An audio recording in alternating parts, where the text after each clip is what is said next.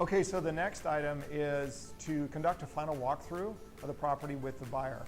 And when do you do that? It's a good question. It really depends on any work that was completed prior to closing. It depends on the seller, or does the seller still live in the house, or is it vacant, and the availability of your buyer. But ideally, if you can walk through the house prior to closing and the seller has already moved out, that's the best scenario, because then you see the house without rugs, without furniture, bookcases, any of that kind of stuff. You can see that if there's any damage that exists that should have been dealt with. But when you do that final walkthrough, regardless of if it's vacant or not, or occupied, one, you want to make sure that all the repair items got taken care of. Everything on your checklist of inspection response items are completed to the buyer's satisfaction. The other thing you want to do is just walk through and see if the house looks the same as it did when you first showed it.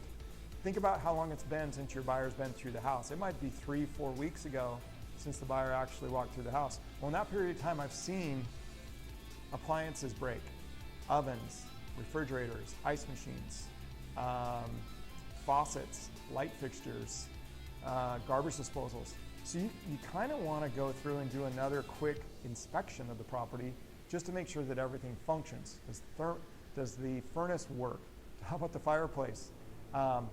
Because the last thing you want to have happen is you go to closing, they get the keys, they move in, and furnace doesn't work.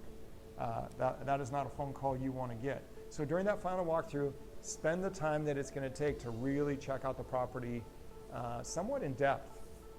And if the buyer can be there, that's even better. So anyway, just a best practice to do as you draw near to the days before closing. No, one last thing about that. What happens if you find a defect? Well, you can always threaten not to close unless that defect is cured prior to closing. So anyway, if you have any other questions about that, reach out to me and we can talk about it.